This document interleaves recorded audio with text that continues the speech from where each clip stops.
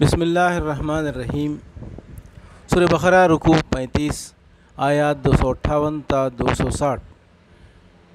الم تر الی الذی حاج ابراہیم فی ربہ ان آتاہ اللہ الملک اذ قال ابراہیم ربی الذی یحیی و یمیت قال انا احیی و امیت قال ابراہیم فإن اللہ یاتی بالشمس من المشرق فأتی بها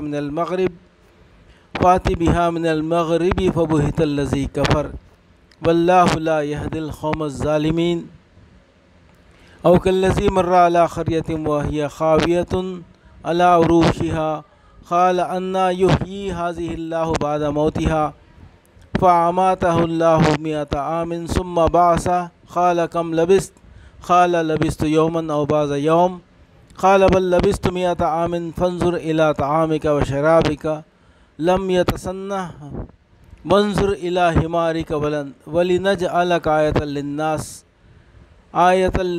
منظر الی العظام کیف ننشزها ثم نکسوها لحما فلما تبین له قال اعلم ان اللہ علی کل شیء قدیر وإذ قال ابراہیم ربی ارنی کیف تحیی الموتى قال اولم تؤمن قال بلی ولکن لیطمئن قلبی قال فخذ أربعة من الطير فصرهن إليك ثم اجعل على كل جبل منهن جزءا ثم ادعهن يأتينك سعيا واعلم أن الله عزيز حكيم۔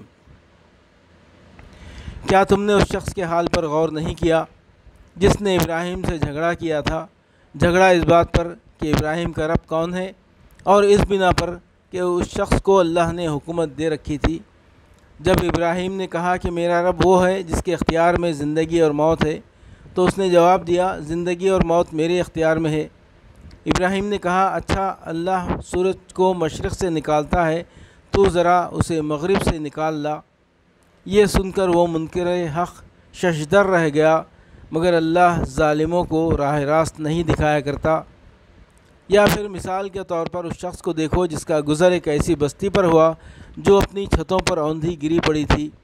اس نے کہا یہ آبادی جو ہلاک ہو چکی ہے اسے اللہ کس طرح دوبارہ زندگی بخشے گا؟ اس پر اللہ نے اس کی روح قبض کر لی اور وہ 100 برس تک مردہ پڑا رہا۔ پھر اللہ نے اسے دوبارہ زندگی بخشی اور اس سے پوچھا بتاؤ کتنی مدت پڑے رہے ہو؟ اس نے کہا ایک دن یا چند گھنٹے رہا ہوں گا۔ فرمایا تم پر 100 برس اسی حالت میں گزر چکے ہیں، اب ذرا اپنے کھانے اور پینے کو دیکھو کہ اس میں ذرا تغیر نہیں آیا ہے۔ دوسری طرف ذرا اپنے گدھے کو بھی دیکھو کہ اس کا پنجر تک بوسیدہ ہو رہا ہے، اور یہ ہم نے اس لیے کیا ہے کہ ہم تمہیں لوگوں کے لیے ایک نشانی بنا دینا چاہتے ہیں۔ پھر دیکھو کہ ہڈیوں کی اس پنجر کو ہم کس طرح اٹھا کر گوشت پوست اس پر چڑھاتے ہیں۔ اس طرح جب حقیقت اس کے سامنے بالکل نمایاں ہو گئی تو اس نے کہا میں جانتا ہوں کہ اللہ ہر چیز پر قدرت رکھتا ہے۔